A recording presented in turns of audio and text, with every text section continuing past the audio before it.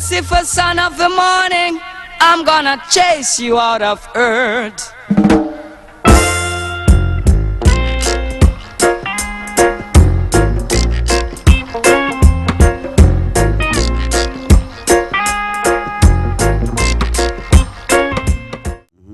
Trevor Lambert, right? Mm-hmm. Bald head teacher. Good. Did you do that song? Yeah. Yeah? Yeah. So what was the time? Were you signed to Island during the time? No, I wasn't signed, but I was working in Bunny Lee's camp. And at the time, there was a feud between Bunny Lee and Joe Gibb. And Joe Gibb asked me to record a song. I did, but he couldn't use the name Max Romeo. So my brothers in England, their name are Lambert. So I assumed their surname. Right, yeah, just to... People were tricky about that song. Huh? I know I had a couple people that was wondering. Like, yeah, that's what it is. Yeah, we were friends hanging out on the same corner for a while. And this guy named Webb Stewart of a band called the Astronauts. And everywhere they play, we used to be there, you know, till we decided to form the Hippie Boys now with 2 members of the Gay Lads band. The bass player, which is Maurice, and a guy called Sean was playing drum. When the band broke up and BBC went to England, we took the bass player and the drummer, and with Webb Stewart and another guy. But it was a 4-piece at the time. But Family Man and Carly always go anywhere we play. So we took this gig at a club on St. Thomas Road. And the bass player and the drummer didn't come up. And we already had deposit for the show where we didn't have to pay back. So we had to do something. So that's how Austin fam, that's how the Barrett brothers. The Barrett brothers, that's where it started. I introduced the Barrett brothers to the music business. Yeah. So I said to Webby, look, Family Man and Carly is here, you know, and we hear them playing. I mean, although Family Man was practicing with a 1-string banjo, playing bass. And Carlton used paint tins, you know, paint cans and kerosene cans, you know, things like that to play drum. And they were always practicing. And were the Hippie Boys, were you guys doing the hotel scene at that time? No, we didn't. Yeah, I did back in the early days. I started a band from Maypen called Smokey and the Heroes. I was a lead singer, and it's a 3-piece band, so we played hotels and things like that. Hotel singing, is that more just covering songs, or you doing? Yeah, that's covering songs. So covering what songs you were covering back then? There's a lot of songs. There was Delilah that tourists love, you know. I saw the light of the night, I passed by your window. Songs like those, you know. Puppet on a String, some Elvis Presley song, Pat Boone, those songs at the time, you know, Jim Reeves. Was it, all right, when you're doing the hotel scene, I know you're doing it to survive, right? Mm-hmm. You're doing your thing.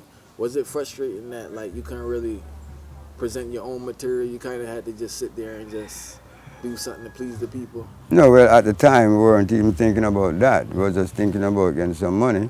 Because I wasn't recording then. The band wasn't actually a recording band. It was like a hustling band, walking from hotel to hotel, asking managers to give us a break, you know, to make our money. Sometimes we get kicked out because we're not playing what the guys want to hear. They kick us out, you know. Sometimes we mash down the place, you know, it depends. At what point now did you reach where you say, yo, I'm going to really try this recording thing seriously and look at the music? When the situation get away where the band broke up because Smokey got sick, the drummer migrated, so that went out of action, and I had to start somewhere else again. But, you know, I was always doing manual work, you know, work on farms, do all kind of manual thing until the break comes, you know, and then the break comes working for a company called Kenlock, distributing records to shops like that. So Max Romeo is dropping off records? That's right, yeah. I get soliciting orders for the record company. Yeah. And the boss let me record a song called I'll Buy You a Rainbow. I'm gonna buy you, I'm gonna buy you a rainbow, a rainbow. Put on your finger. You know, and that was my first recording, actually. What studio was that with? This was West Indies Records. Yeah. That was Dynamic Sound after a while. It was West Indies Records Limited, Bell Road in Kingston. So all right, after that one now, did you go right into another song, or it kind of was seeing how the thing worked out? What was the next Well, group after that? I had a group at the time called The Emotions. It was the two guys and myself, two guys singing harmony, I do lead. One of them is Robert Shakespeare, brother. That's Lloyd Shakespeare, he's deceased now, and a guy called Kenneth Knight. And when they, Lloyd died, and Ken migrated again, so that's when I started singing solo as Max What's the Romeo. next studio you went to? Because now you're with a group and now you're solo. Hmm. So did you ever think about going to another group, or you figured, let me just No, do I went solo? solo with Bonnie Lee then. All That's when I met up with Bonnie Lee, and I started recording for Bonnie Lee What then. year was that around? This was 1969. Hey, how was it working with Bunny Lee all those years? It was fun, yeah, it was fun working with him. He's very innovative, give a lot of inspiration. Really. What's over there that they had that unique, they had a good run, and like, what was going on at that, with him in regards to the music that they were making? Was it the band? Was it him? Was it a mixture of the band, the artist, and him? It was a mixture. He's the executive producer, and he has ideas as well. He never write a complete song, but he comes with some ideas that motivate a song, and we share the publishing. That's how we work. Explain the producer aspect of Jamaica, because a lot of producers are just more finance. They just put up the money. They don't know Yeah. anything about music. Mhm. But what producers? Bunny Lee was a producer that could actually add to the music. Yeah, well, he don't play no instrument, but he could boom, boom, boom with his mouth and hum a melody, and you catch it and make it reality. We have a history of banned songs on the radio, right? Mm-hmm. Wet Dream now. Everyone says that's more of a, I guess, like a pseudo-sexually explicit song. Now, back then, I guess the explanation was about what, the roof leaking or something? Yeah, I had to tell them something. Yeah, you had to tell them something, right? Right. So, let me get the history of the origin of that song. Like, how did that song come about? Well, it was just fooling around with some lyrics, and me and Bonnie Lee in the studio, Derek Morgan did a song called Hold Your Jack, Let Me Tie My Jeanette. And I heard the rhythm and liked it. And I was just playing around with some, sex type of songs, because there wasn't much of that or any of that around since Calypso, And I came up with a concept, and Bonnie Lee liked it, so I just went on the rhythm, and that was it. So when you guys did it, because during that time, that type of song wasn't really out there, did No. you question to say, yo, this not even going to be on the radio, or is this going to be a sound? No, play? this song was intentional to cause a revolution, a sexual revolution between the youths of England and the establishment. And the skinheads at the time was some reggae revolutionaries, and they took up on the song, forced it in the chart. It was in the chart for 26 weeks. Went as far as number 2, and was kicked out by the Beatles from nowhere to number 1 with a song called Get Back to Where You Belong. So I stayed in the chart for 26 weeks. 26 weeks. Right. Like, I don't understand the creativity process. Was it Lee Scratch Perry in regards to not your, like, the little addition he put in? Was that a key role? That's a key role. The support he gives and the meeting of the minds, Say in about positive. support that he gives. Like, what do you mean by that? Support that he gives. Well, you hear with a song it sounds good, he'll work with you on it, and you don't bash you on it. If it sounds stupid, he'll say, no, not interested. But if it sounds good, he'll sit with you and perfect it. He's a perfectionist, in certain respect. Yeah. And I know people say about the mag genius, this and that. Personally, I think it's just a little act. But do you think he's so smart he just want to trick everybody? Lee Perry is one of the smartest artists ever in the history of music business. Lee Perry come with a concept of a crazy man. He's smarter than me and you, and he made millions being crazy. So check that out. Which other man in the world peddle off of craziness and get rich off it? Lee Perry do that. He's as conscious as anyone. It's a game. Influence that really push you to give you that vibe for certain type of lyrics, so they just speak on certain social issues. It's Rasta music that keep reggae alive. Reggae music during its conception, because I was there when the thing was conceptualized. It was a tool that Rasta would use, an instrument to send the message across, you know. But then there was another element that started doing the American songs, which was nothing wrong with that, you know. And like John Holt, Alton Ellis, Delroy Wilson, they're doing a lot of R&B stuff done over in reggae. You have people like Jacob Miller, Peter Tosh, myself, Bunny Wailer, Bob. We stick to the Rasta lyrics, you know, send out the Rasta message because that's what the music was about. War in the Babylon album, obviously one of the greatest reggae albums of all time, or depending on who wants to say it's the greatest album. Thank you. What was going on at the studio? First of all, before you even say that, did you write the album prior or piece by piece prior to getting the Lee Scratch Perry? No. No. Matter of fact, most of the rhythms were done before the song was actually put together. All right, Because with the rhythms done, then I take the track home and I studied it. Then I write the melody and the lyrics to the thing. Then you come back to the studio and record it. What was going on at Black Art that it's like a period there? Mm-hmm. You, Ark of the Covenant, Mm-hmm. Police of Thieves, Mm-hmm. more albums, but much other works. Mm-hmm. Yeah, what was going on at what was going on up at the studio? Like, how were you guys coming up with this stuff and pumping out this type of music? Because remember, this was made in the 70s. We are in 2015. You still tour the world based off these songs. Yeah. So what was going on up there? It was really a positive meeting of the minds. People like the Heptones, without Sibley's, sometimes Sibley's dropped by. You got the Congos, you know, Leo Graham. There was a lot of vibes going on at the time. So you guys were all at the studio helping each other? Every day we're at the studio, you know, from 10, 11 o'clock in the morning, we're there till midnight. We cook, we eat, you know, just hanging out and writing songs, coming up with ideas.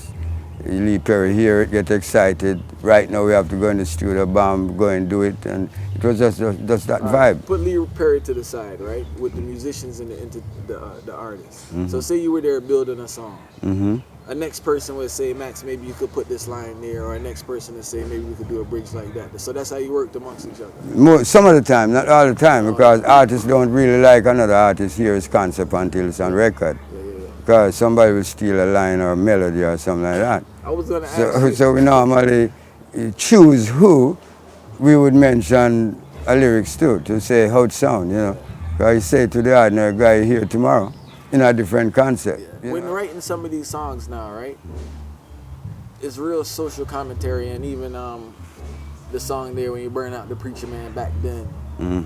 You know, that's like a revolutionary act because Jamaica's a colonial country. It's a Christ-worshiping country. Mm-hmm. So did you get any fight from the community or peers after that song got out to the public? No. No? It's reality. Why would they fight? You know, I'm not using indecent language. I'm not preaching false doctrine. I'm just calling your attention to what they are saying so you can see the other side of the coin. That's all. So they had to left me alone. Norman the Gambler. Is that a personal person, you know, as a person in the area? Norman is a friend of mine. He's a real guy. And he yeah. runs a little gambling joint in Bull Bay in St. Thomas. Norman Elliott is his name. Right, so that's a reality. That intro, I don't know which one. Tanansi. Yeah. Tanansi no spoil no dance. That's right. Yeah. The intro, it sounds like, I don't know if it's both people came up with it on their own or because the Barrett brothers were there, but it sounds like Johnny Was a Good Man with Bob Marley. Well, that intro. Well, it's a Lee Perry arrangement actually. You know, so it's more Bob Marley kind of. Within that genre, because it's the same producer. And so actually you get a little of that concept there. All right, then. War in the Babylon, that song. Mm-hmm. How that come about? Did you write that on? You wrote that? Yeah, that's my song. Yeah, I wrote the lyrics for it. When you got those inspirations, were you guys reading, or was it just through reasoning with the elders that you get this insight about life and figure you're gonna bring it forward? No, that's a positive side of marijuana. Yeah. Smoke a spliff, kick back, the whole thing comes right to you. Yeah. So that album was just vibes and inspiration. Just vibes and inspiration. At the time, it was all war in Babylon. That was long before Iraq and Syria and all those things. And now, in the Yugoslavian war between Yugoslavia and America, the radio stations in Yugoslavia, because I've been to Novi Sad, I've been little after the war, during the Exit Festival. And it's as if that song was used as a theme for news broadcasts. War in a Babylon, is people out there? Here I am giving the news of where blah blah blah. So it was a powerful song around there. Man, wicked. All right, Chase the Devil. Wow, that's the biggest one. Is the intro original or was the intro inspired? Original. The intro is original. Yeah. So when Kanye West and them used the original, how that work out? Because I know people don't know where it's coming from. But You see my house? yeah.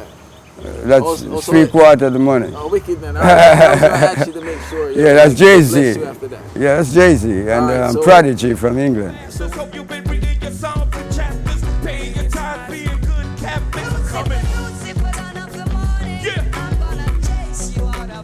You see, I'm from the murder capital, where we murder for capital. Yeah. So when you got the call on that one, right? When you there say, yeah, it sound nice. I like the way this one. Yeah. Yeah, wicked, yo. And tell you what, I didn't like the song after the album was finished. I went to Lee Perry and said, yo, album sound good, you know, but I hear Alka Fool tune on it. I don't really too like him. Say which one? I said, the one about Chase Devil, man. Scott said, look, man, you're tired. You've been out all evening. Go home, take a rest. It's the best tune you have on the album. You know, hear what you say. Is you alone brave enough to say that? And he was right. He was right, because the anthem of the world where reggae is That song concerned. is bigger than War in the Babylon? Of course. Chase the Devil? It's bigger than Wet Dream. It's bigger than all of them. It's the anthem of the I world. always thought War in the Babylon was the biggest one, but Chase the Devil No. is the biggest one. Chase the Devil take me right through the world. Australia, the whole of Europe. I was just in Jerusalem the other day in King David's tower doing 2 concerts. It's Chase the Devil. When they called you for what's the process like when they call you for that? When they reach out to you? Because on that level, they can't just sample something like that. They have to go through the proper structure to protect themselves from, I guess, future lawsuit, right? Yeah. So what's the process like when they reach out to you for something like that? Well, they didn't reach out to me. They reached out to the publishers. And they get the okay from the publishers. You know, with my blessing, you know, so that's the way it was. So were you signed to Lee Scratch Perry or were you signed to Island? I wasn't signed to nobody. It wasn't signed to nobody? No, I'm scared of contracts. So you just did the album at Black Art Studio? At Black Hawk, and then we do a joint deal with Island Records. Joint deal. When the album was completed, was that all the songs? Were there more songs that you didn't put on, or that was the album? Like that was what you finished with, and that's what you put. That was what was on. This finished product. All the tracks was finished, and Chris Blackwell was interested in the track, so me and Lee Perry signed it to Island Records. So you and Lee Perry scoring. Yeah. So with Island Records, I saw a previous interview where you talk about Vivinda with the album and everything. Like, so how does that work? Who has the full rights for War in the Babylon? Me and Lee Perry. You and Lee Perry. Yeah. So how did it work out with Island when you broke off from Island? That's a long story. Yeah. It's really a long story. I wasn't getting anywhere with Island. Yeah. They, until now, they haven't issued royalty statement for that. Before you continue, what year did War in the Babylon come out? 1976. I didn't have no gray on my face. But And check here I this. am gray, waiting on the first royalty Well, statement. check this. Like with Ark of the Covenant, because I spoke to Cedric Friday night, right? Mm-hmm. And I read in a book that what happened with a lot of Island people is that some albums were better than what Bob Marley was doing at the time. Mine was one, and certain artists had to get the shelf.